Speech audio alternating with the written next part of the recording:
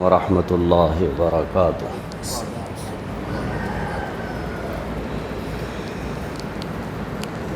الحمد لأہلہ والصلاة علی اہلہا اما بعد۔ قال اللہ تبارک وتعالی اعوذ باللہ من الشیطان الرجیم بسم اللہ الرحمن الرحیم الحمد للہ رب العالمین الرحمن الرحیم مالک یوم الدین۔ صدق اللہ العظیم۔ بزرگان محترم، میرے مشفق محسن قاری نظام الدین صاحب کی اور ان کے حقیقی برادر آپ کے امام محترم مولانا قاری صلاح الدین صاحب کی دعوت پر آپ حضرات سے کچھ دیر دینی بات کرنے کا موقع نصیب ہو رہا ہے۔ ان حضرات نے بتلایا کہ آپ لوگ تفسیر کا ذوق رکھتے ہیں، یہاں بحمدہ تعالی یہ سلسلہ جاری ہے، اور انہوں نے خواہش ظاہر کی کہ سورہ فاتحہ کی مختصر سی تفسیر ہو جائے۔ ان حضرات کے حکم کی تعمیل ہی میں سورہ فاتحہ ہی سے متعلق چند باتیں گوش گزار کی جاتی ہیں۔ اللہ تبارک و تعالی عمل کی توفیق بخشے۔ قرآن کریم کے 30 پارے ہیں،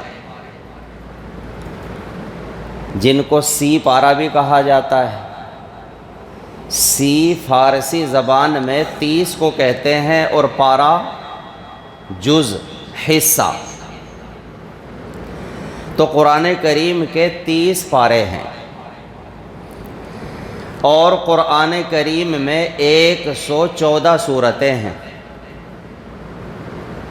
540 رکوع ہیں۔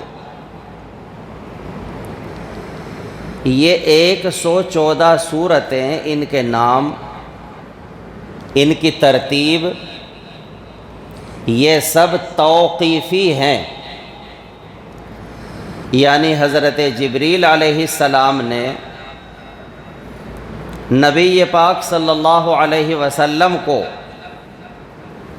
بحکم خداوندی جس صورت کا جو نام بتلایا اور اس کی جگہ بتلائی، اس صورت کو اسی جگہ پر اسی ترتیب سے رکھا گیا ہے۔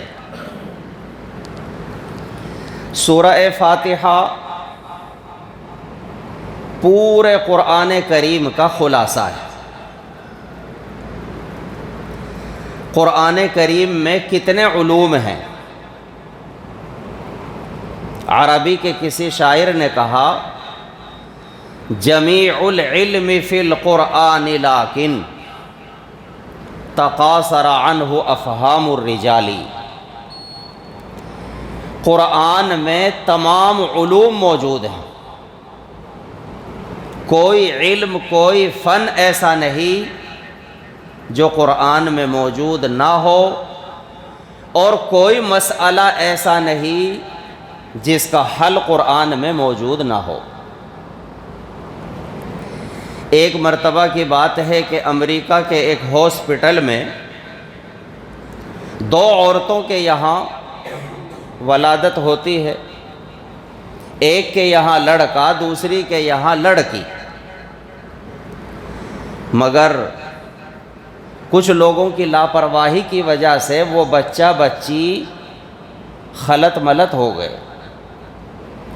یقینی طور پر یہ معلوم نہ رہا کہ لڑکا اس کا ہے، لڑکی اس کی، یا اس کا الٹا۔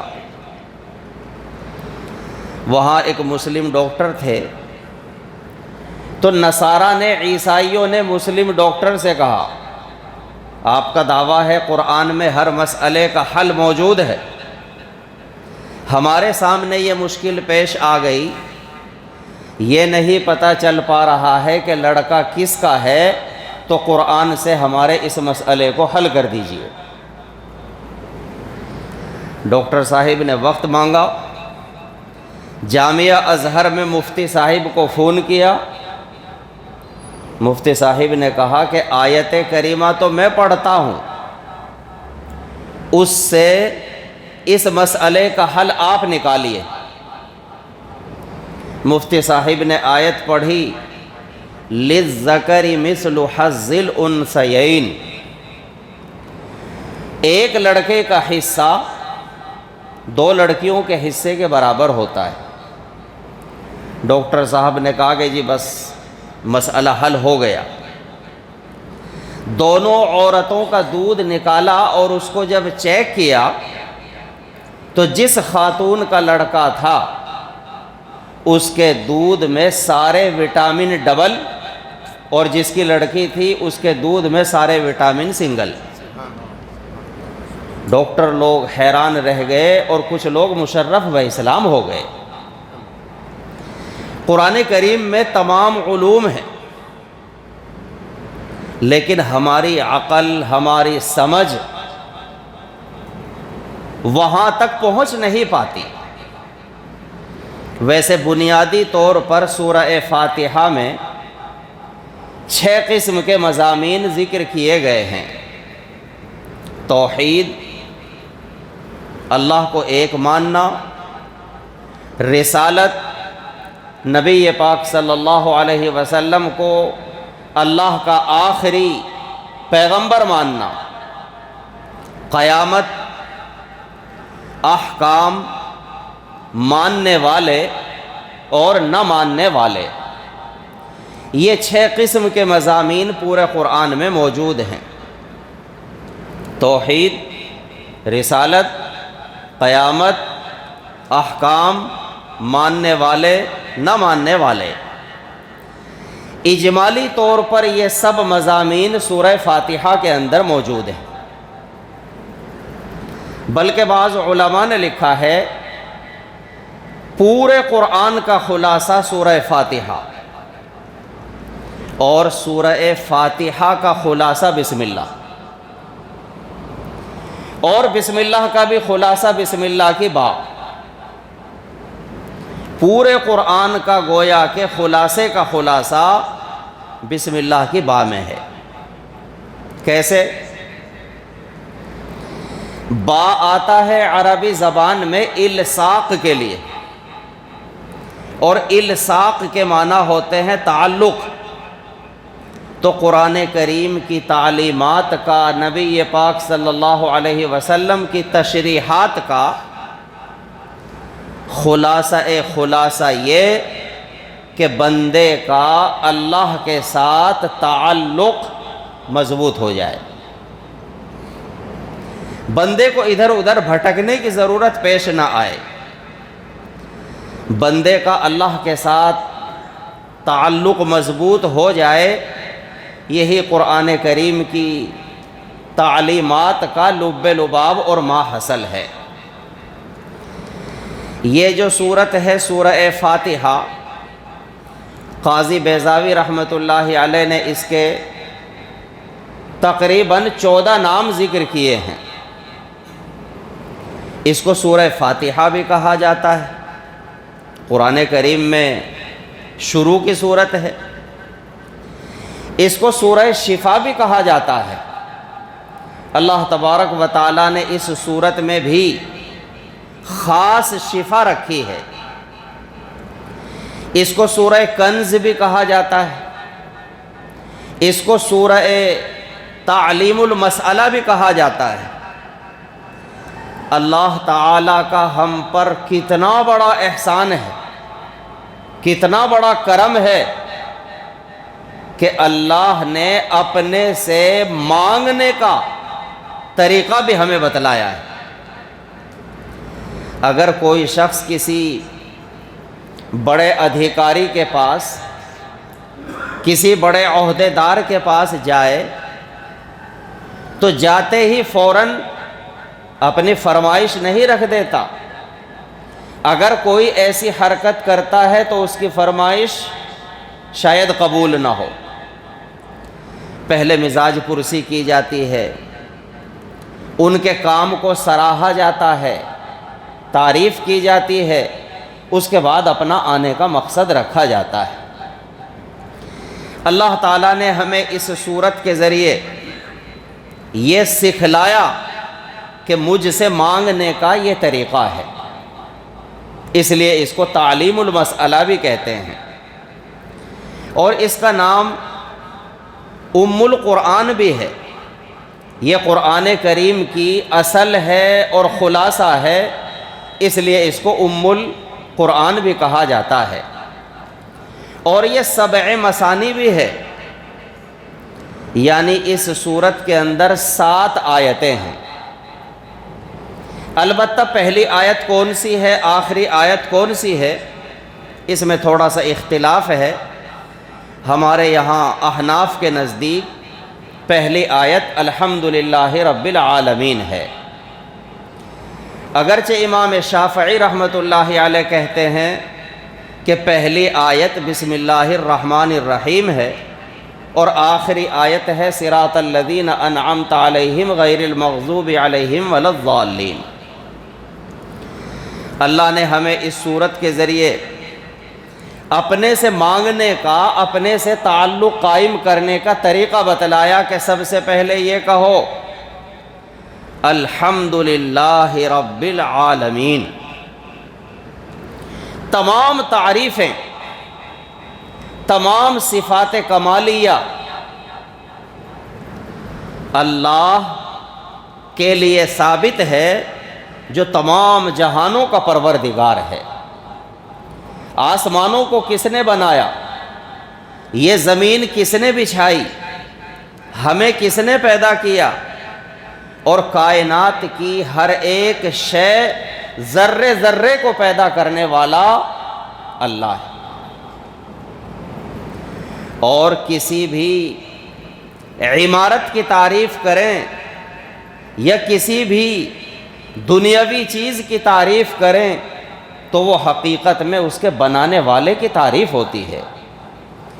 اللہ تبارک و تعالیٰ کی یہ جو کائنات ہے، وَفِي كُلِّ شَيْءٍ لَهُ آیَةٌ تَدُلُّ عَلَىٰ أَنَّهُ وَاحِدٌ، ایک ایک چیز میں اللہ کی وحدانیت کی، اللہ کے ایک ہونے کی شہادت اور گواہی موجود ہے۔ الحمدللہ رب العالمین، حدیث قدسی ہے، جب بندہ کہتا ہے الحمدللہ رب العالمین، تمام تعریفیں اللہ کے لیے ثابت ہے جو تمام جہانوں کا پروردگار ہے۔ اللہ کی طرف سے آواز آتی ہے حمیدنی عبدی، میرے بندے نے میری تعریف کی ہے۔ بندہ کہتا ہے الرحمن الرحیم، اللہ تعالیٰ فرماتے ہیں اثنا علی عبدی، دیکھو میرا بندہ کیسے میری ثنا بیان کر رہا ہے۔ بندہ کہتا ہے مالک یوم الدین، اللہ تبارک و تعالیٰ فرماتے ہیں مجدنی عبدی، میرے بندے نے میری بزرگی بیان کی، مجھے مالک حقیقی سمجھا ہے۔ بندہ کہتا ہے ایاک نعبد و ایاک نستعین، اللہ تعالیٰ فرماتے ہیں ھذا بینی و بینک ولعبدی ما سأل، میرا بندہ مجھ سے جو مانگے گا میں دوں گا، مانگیے۔ اب بندہ کہتا ہے اہدنا الصراط المستقیم، اے اللہ ہمیں سیدھے راستے پر چلا، صراط الذین انعمت علیہم، ان لوگوں کا راستہ جن پر تو نے انعام کیا ہے۔ کون لوگ ہیں وہ؟ قرآن کریم میں بعض آیات مجمل ہوتی ہے اور دوسری بعض آیات میں اس کی تشریح مل جاتی ہے۔ چنانچہ اللہ نے دوسری جگہ ارشاد فرمایا اولئک الذین انعم اللہ علیہم من النبیین والصدیقین والشہداء والصالحین، یہ ہے وہ لوگ جن پر اللہ نے انعام کیا ہے، انبیاء، صدیقین، شہداء اور اللہ کے نیک بندے۔ غیر المغضوب علیہم ولا الضالین، ان لوگوں کا راستہ نہیں جن پر تیرا غضب نازل ہوا، اور نہ ان لوگوں کا راستہ جو بھٹکے ہوئے ہیں۔ ماننے والوں کی ایک ہی قسم ہوتی ہے، اس لیے اس کو صراط الذین انعمت علیہم میں بیان کیا۔ نہ ماننے والوں کی دو قسم ہے، اس لیے کہ بندہ کبھی نہیں مانتا ضد کی وجہ سے، وہ مغضوب علیہم ہے، اور کبھی نہیں مانتا جہالت کی وجہ سے، وہ ولا الضالین ہے، اور ان کا مصداق ہے یہود و نصارہ۔ تو یہ جو صورت ہے سورہ فاتحہ، اللہ تبارک و تعالیٰ نے ہمیں اس صورت میں اپنے دربار میں اپنے سے مانگنے کا طریقہ بتلایا ہے۔ الحمدللہ رب العالمین، تمام تعریفیں اللہ ہی کے لیے ثابت ہے۔ آگے جو اللہ نے فرمایا ہے الرحمن الرحیم، دونوں کا مادہ ایک ہے، مگر فرق یہ ہے کہ رحمان اس کو کہتے ہیں جس کی مہربانی، جس کی رحمت بڑی وسیع ہو۔ اللہ تبارک و تعالی دنیا میں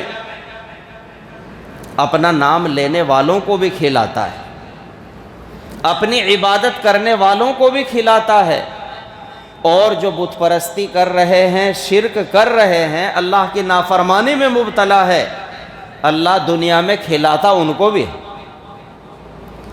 تو رحمان ہے دنیا میں سب کے لیے، یا رحمان الدنیا، اور رحیم ہے آخرت میں ایمان والوں کے لیے، یا رحمان الدنیا و رحیم الآخرہ، یعنی آخرت میں جو خصوصی فضل ہوگا اس کے لیے ایمان والے خاص ہیں، ایمان والوں کے لیے وہ فضل عظیم خاص ہے۔ تو الحمدللہ رب العالمین الرحمن الرحیم، یہ توحید باری تعالی، اللہ تبارک و تعالی کے ایک ہونے کی دلیل ہے۔ تفسیر کس کو کہتے ہیں؟ آپ ماشاءاللہ تفسیر سنتے ہیں۔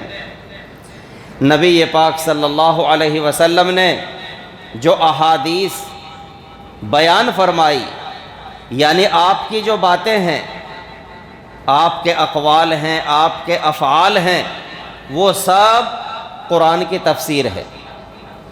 تفسیر نام ہے مراد باری تعالیٰ کے جاننے کا۔ ہم نے قرآن کریم کی آیت پڑھی، اللہ تعالیٰ کی مراد اس سے کیا ہے، مراد باری تعالیٰ کے جاننے کو تفسیر کہا جاتا ہے۔ شریعت کا جو اصل ماخذ ہے، اصل سرچشمہ ہے، وہ قرآن ہے۔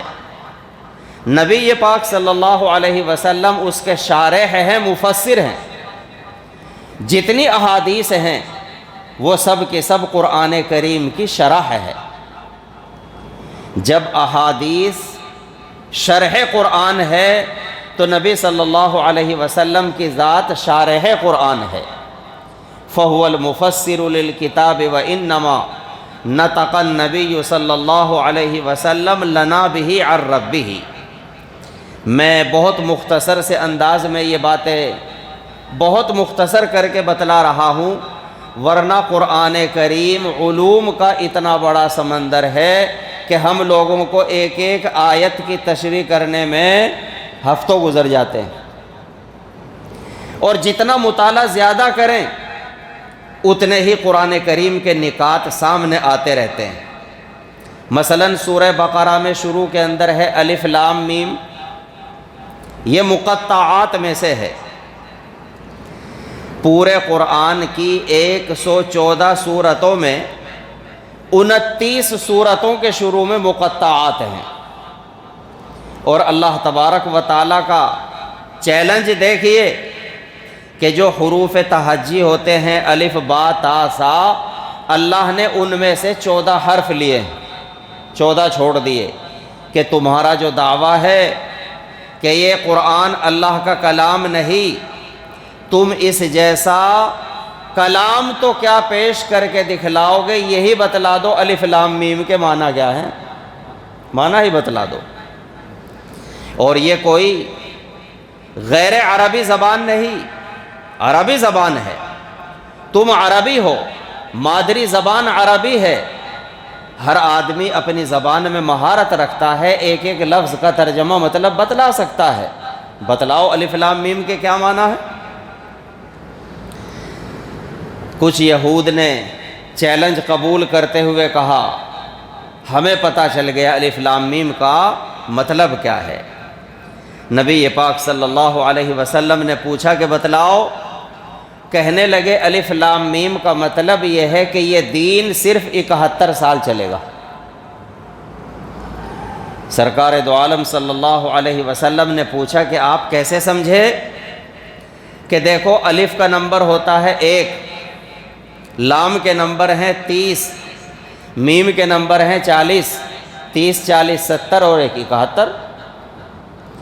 نبی صلی اللہ علیہ وسلم نے فرمایا کہ میرے اوپر تو الف لام را بھی نازل ہوا ہے، الف لام میم را بھی نازل ہوا ہے، الف لام میم را کے نمبر بنتے ہیں 241، الف لام را کے نمبر بنتے ہیں 231۔ کہنے لگے جی پھر ہمارے سمجھ میں نہیں آ رہا ہے کہ اس کا مطلب کیا ہے۔ یہ چیلنج ہے، یہ اس بات کا دعویٰ ہے کہ یہ کلام خداوندی ہے، کسی انسان کا گھڑا ہوا کلام نہیں، اسی لیے آج تک نہ کوئی اس کا مثل پیش کر سکا اور نہ تا صبح قیامت اس جیسا کوئی کلام پیش کر سکے گا۔ اللہ نے بڑی حکمتیں اور بڑے نکات ایک ایک آیت کے اندر رکھے ہیں۔ الحمدللہ رب العالمین الرحمن الرحیم، تمام تعریفیں اللہ کے لیے ثابت ہے جو تمام جہانوں کا پالنے والا ہے۔ جب آسمان کا پیدا کرنے والا وہ، زمین کا پیدا کرنے والا وہ، ہمیں پیدا کرنے والا وہ، تو اولاد دینے والا کون ہے؟ اولاد بھی نہ کسی پیر کے ہاتھ میں ہے نہ کسی فقیر کے، کہ 1-2 سال شادی کو گزر گیا اولاد نہیں ہوئی، یہاں منت مان رہے ہیں، وہاں چادر چڑھا رہے ہیں۔ اللہ سے مانگنا چاہیے۔ اللہ نے ہمیں مانگنے کا طریقہ بتلایا۔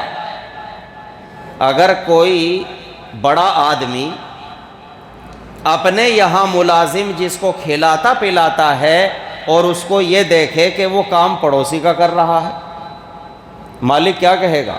بڑا نمک حرام ہے، کھاتا میرا ہے، پیتا میرا ہے، پہنتا میرا دیا ہوا ہے اور کام پڑوسی کا کر رہا ہے۔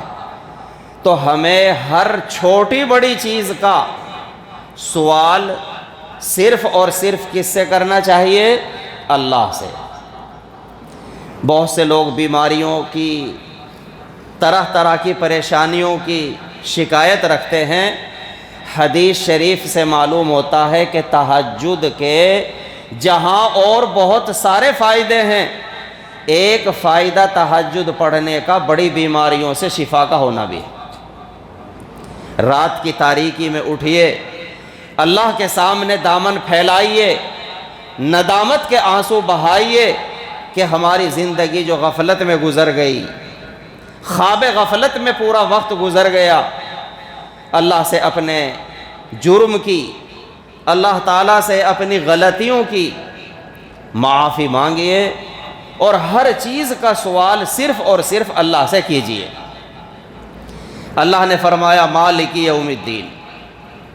یہاں دنیا میں مجازی طور پر دوسرے لوگ بھی مالک ہوتے ہیں، لیکن کل قیامت کے دن حقیقی اور مجازی ہر طرح کی ملکیت اللہ کے لیے ثابت ہے، ہر چیز کا مالک وہی ہے۔ تو اس صورت کا جو خلاصہ ہے وہ یہ کہ ہمیں اللہ تبارک و تعالیٰ سے مانگنے کا سلیقہ آ جائے اور ہم صرف اور صرف اللہ سے مانگنے والے بنیں۔ تو پورے قرآن کا خلاصہ سورہ فاتحہ، اور اس میں بنیادی طور پر یہ 6 مضامین ہیں، توحید ہے، رسالت ہے، قیامت ہے، احکام ہے، ماننے والوں کا ذکر ہے اور نہ ماننے والوں کا ذکر ہے۔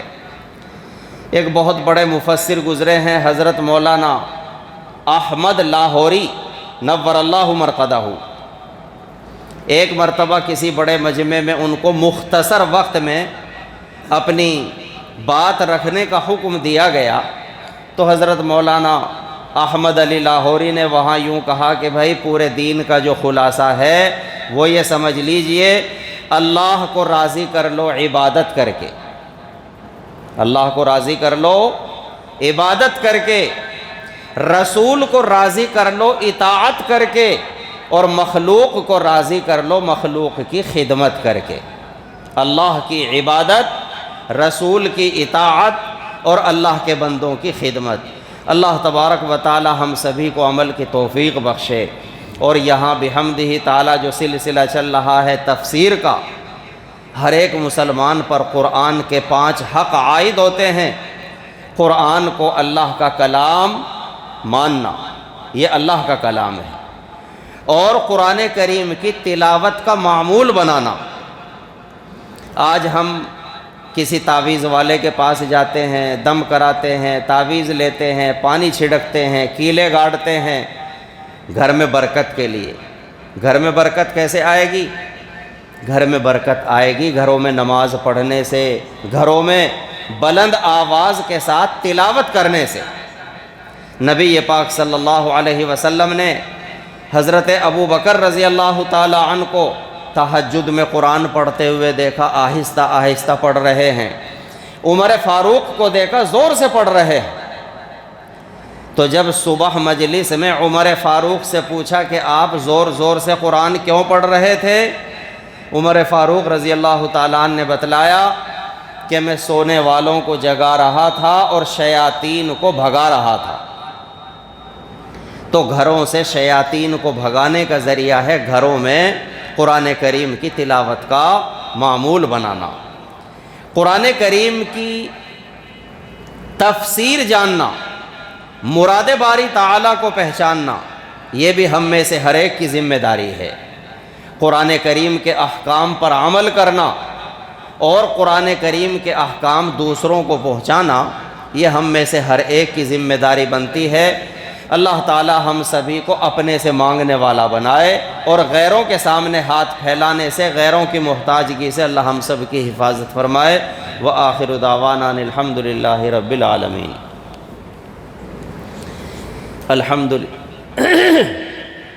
الحمد للہ حمدا کثیرا طیبا مبارکا فیہ مبارکا علیہ کما یحب ربنا ویرضا۔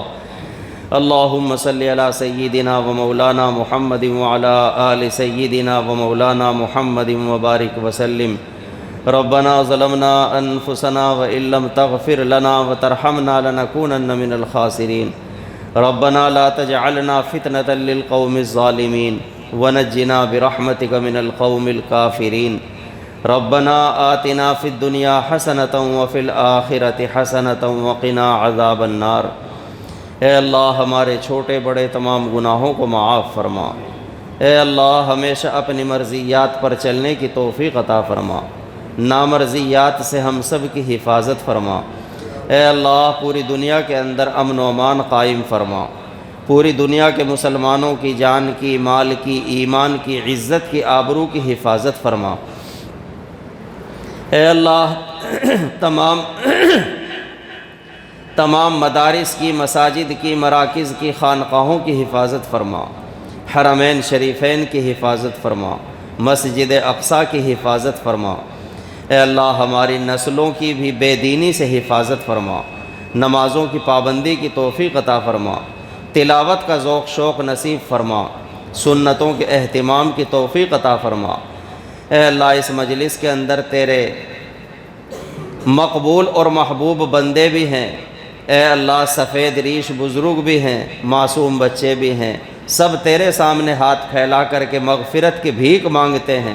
اے اللہ ہم سب کی مغفرت فرما، ہم میں ہمارے متعلقین متعلقات میں جو بیمار ہیں سبھی کو شفا عطا فرما۔ اے اللہ جو پریشان حال ہیں سب کی پریشانیاں دور فرما، جو مقروض ہیں خزانہ غیب سے ان کے قرض کی ادائیگی کے اسباب پیدا فرما۔ اے اللہ جب تک حیات مستعار ہے اسلام پر اے اللہ ہم کو قائم رہنے کی توفیق عطا فرما، ایمانی موت نصیب فرما۔ اے اللہ تو ہم سے راضی ہو جا، اے اللہ ہمارے لیے اپنی رضا کے فیصلے فرما۔ اے اللہ یہاں پر جو تفسیر کا سلسلہ چل رہا ہے اے اللہ اس کو قبول فرما، ہم سب کو عمل کی توفیق عطا فرما۔ اے اللہ ہمارے آباء و اجداد میں سے جو دنیا سے رخصت ہو چکے ہیں ان کی بال بال مغفرت فرما، جنت الفردوس میں اعلیٰ مقام نصیب فرما، ان کو وہاں کی راحتیں عطا فرما، ان کے حسنات کو قبول فرما، سیئات سے درگزر فرما۔ اے اللہ نبی پاک صلی اللہ علیہ وسلم نے خیر کی جو دعائیں کی ہیں ان میں ہمارا بھی حصہ مقدر فرما، اور جن باتوں سے آپ نے پناہ چاہی ہے اے اللہ ہمیں بھی اپنی پناہ میں رکھ۔ اے اللہ ہماری ٹوٹی پھوٹی دعاؤں کو نبی پاک صلی اللہ علیہ وسلم کے صدقہ طفیل قبول فرما۔ ربنا تقبل منا انک انت السمیع العلیم وتب علینا انک انت التواب الرحیم۔ سبحان ربک رب العزت عما یصفون وسلام علی المرسلین والحمد للہ رب العالمین۔